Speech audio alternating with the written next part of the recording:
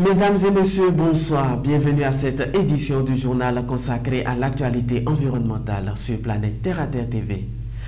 Le 22 mai est la date de la célébration de la Journée internationale de la biodiversité. Au Bénin, la sauvegarde de la biodiversité est une préoccupation qui tient à cœur les politiques.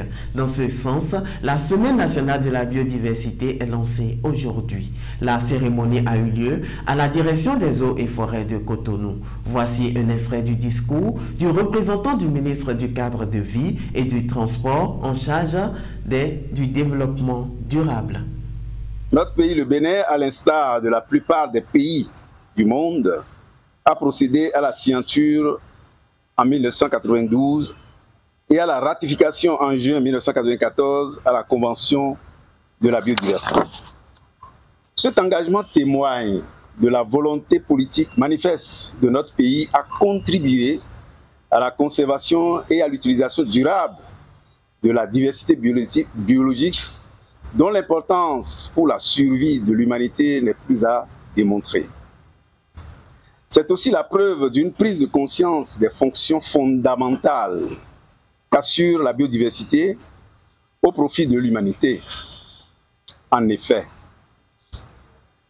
il est connu de tous que la diversité biologique joue plusieurs rôles importants, notamment ceux connus sous le nom de services écosystémiques, qui se déclinent en des services de support, des services d'approvisionnement, des services de régulation et des services culturels et sociaux.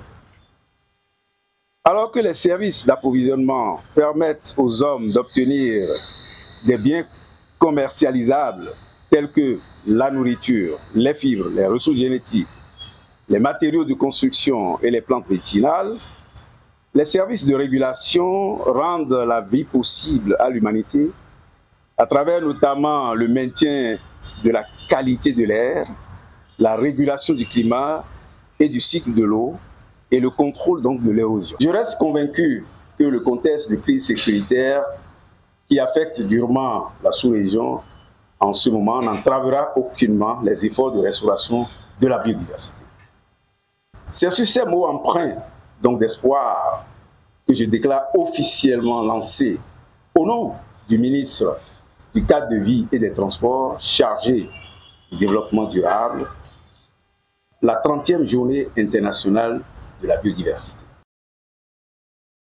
De l'accord à l'action, reconstruire la biodiversité, c'est le thème de cette édition 2023 de la Journée internationale de la biodiversité. Elle coïncide cette année avec le 30e anniversaire de l'adoption de la Convention des Nations Unies sur la diversité biologique.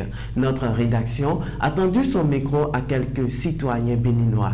Biodiversité, quelle utilité pour la vie humaine, selon vous? La biodiversité renvoie à notre cadre de vie, à notre environnement et tout ce qui nous entoure, que ce soit le monde vert, la faune, la flore et tout ce qui va avec. À tout ce qui a rapport aux êtres vivants, je peux donner des exemples. Les plantes, les champignons, même les bactéries, tout ce qui nous entoure en réalité, la nature.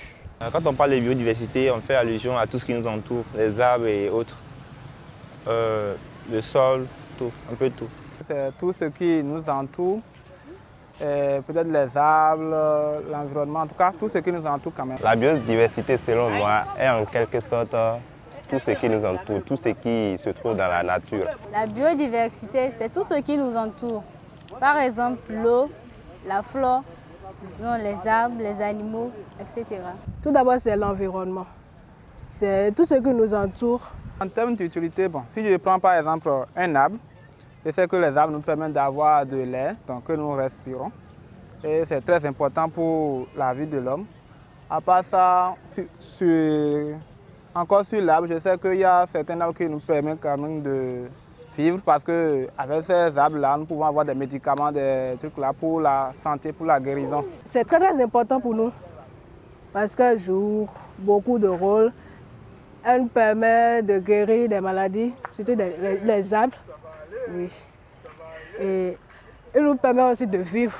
L'arbre permet à l'homme de respirer de l'air purifié. Ça purifie de l'air pour nous. Et puis aussi, à travers les arbres, nous pouvons avoir... Les arbres ont des vertus médicinales. Ça nous permet de nous soigner et autres, plein de choses. C'est le bien-être en réalité de l'homme dans la nature. Dinoukoun, réseau national pour une gestion durable des ressources génétiques au Bénin, tel un éveilleur de conscience, samedi dernier a célébré avant l'heure l'édition 2023 de la Journée internationale de la biodiversité à travers le thème de l'accord à l'action en quoi le pauvre 1991 pourrait-elle reconstruire la biodiversité. UPOV 1991, signification, enjeu, risque, conséquences, à qui profite-t-elle? Reportage. La question qui nous réunit ce matin n'est pas moins liée à l'environnement et la biodiversité.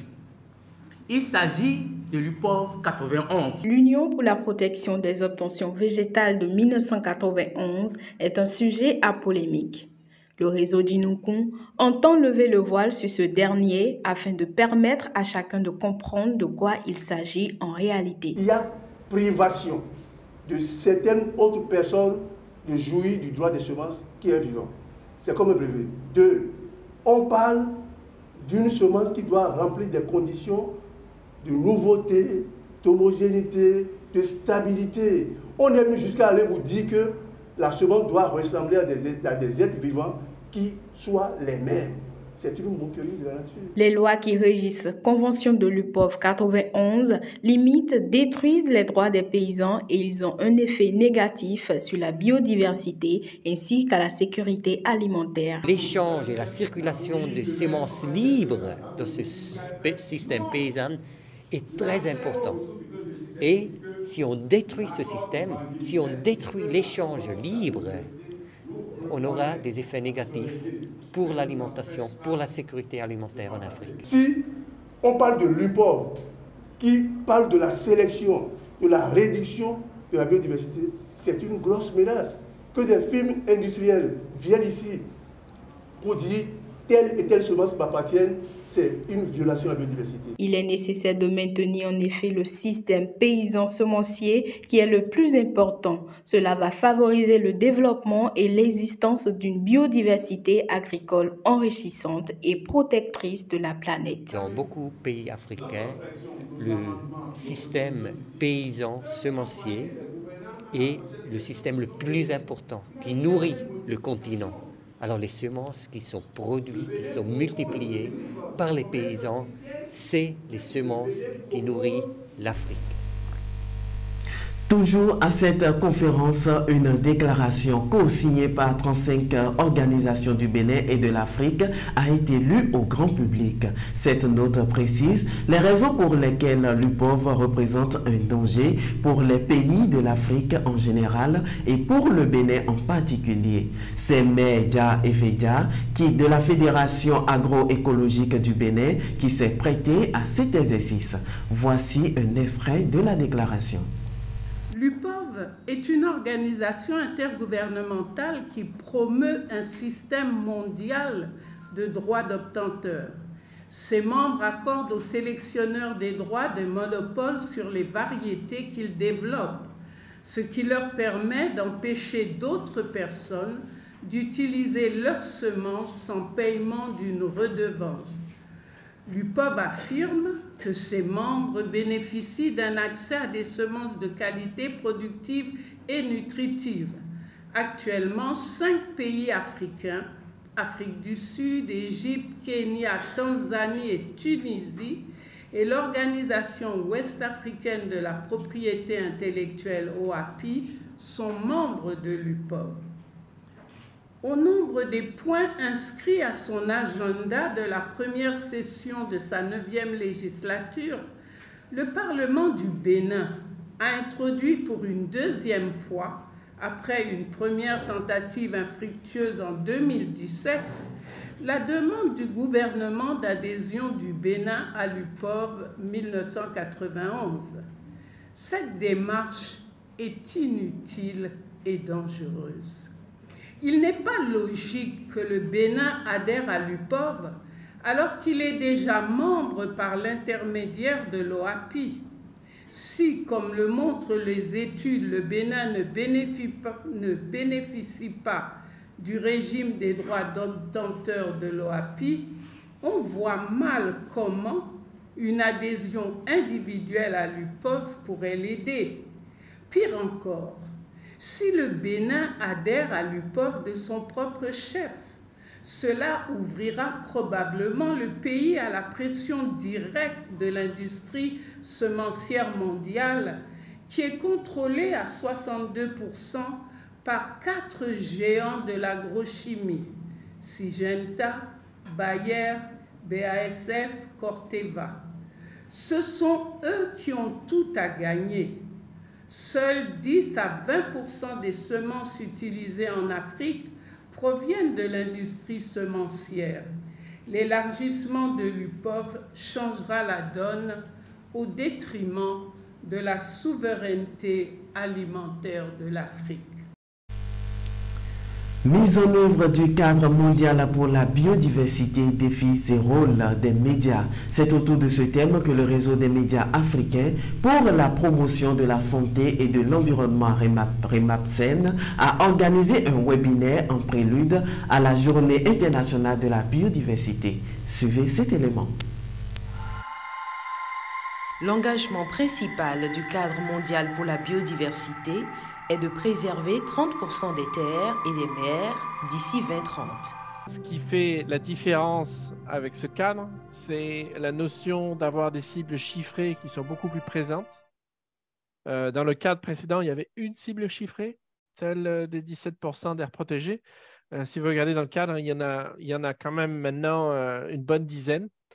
Le deuxième élément, ce cadre renforcé, beaucoup plus robuste de reddition de comptes et de rapports. Et troisièmement, l'aspect des ressources avec des engagements clairs.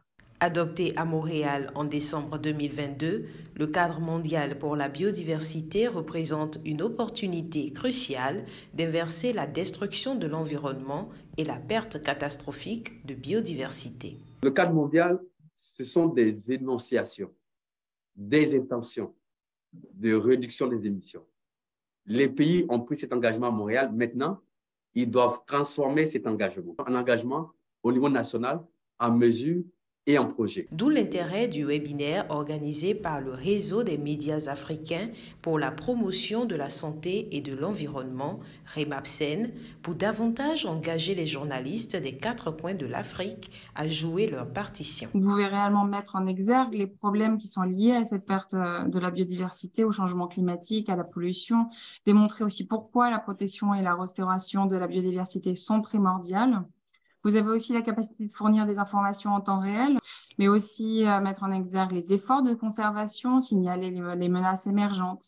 Vous pouvez amplifier aussi et valoriser les initiatives positives, inspirer d'autres à agir et ainsi créer une dynamique favorable autour de la protection de la biodiversité.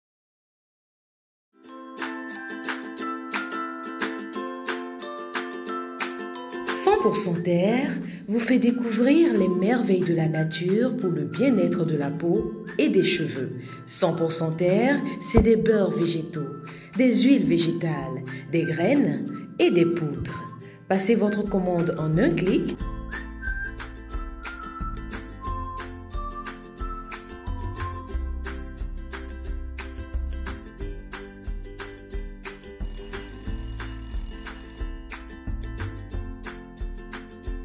« 100% Terre, le bonheur est dans la nature. 100% Terre, un produit de Terre à Terre Bénin. » Ce matin, s'est ouvert à l'hôtel du lac de Cotonou l'atelier de renforcement des capacités des médias, organisation de la société civile et des acteurs communautaires pour faire face aux effets dévalisants, déstabilisants, des navires de pêche hauturière. Cet événement a reçu le soutien du gouvernement américain qui montre son engagement pour le bien-être des communautés concernées. Voici un extrait du discours d'ouverture du capitaine de Verseau, Fernand Arroyo.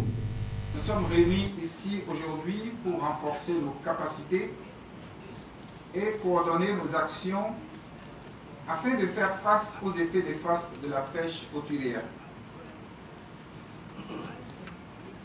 L'atelier que nous entamons représente une occasion unique de rassembler des acteurs clés tels que les médias, les organisations de la société civile et les acteurs communautaires qui jouent tous un rôle crucial dans la sensibilisation, la mobilisation et la mise en œuvre de mesures concrètes pour lutter contre les effets déstabilisants de la pêche hôtelière. Grâce à cette collaboration renforcée, nous serons mieux équipés pour sensibiliser le public, influencer les politiques et promouvoir des pratiques de pêche durable. Les effets déstabilisants de la pêche hôtelière sont nombreux et complexes. Ils incluent la surpêche, la destruction des habitats marins, les pratiques de pêche illégale, non déclarées et non réglementées, dites pêche INN, ainsi que les violations des droits des travailleurs de la pêche. Ces problèmes ont des conséquences dévastatrices sur les écosystèmes marins, les moyens de subsistance des communautés côtières et la sécurité alimentaire. Pourtant, nous sommes réunis ici avec un esprit de détermination et d'espoir. Mesdames et messieurs, c'est la fin de cette édition du journal consacré à l'actualité environnementale. Merci de nous avoir suivis et avant de quitter nos pages, aimez, partagez nos contenus pour nous encourager. Contactez-nous également pour la couverture médiatique de toutes vos activités liées à l'actualité environnementale. Prenez soin de vous, protégez l'environnement également parce que l'environnement, c'est vous.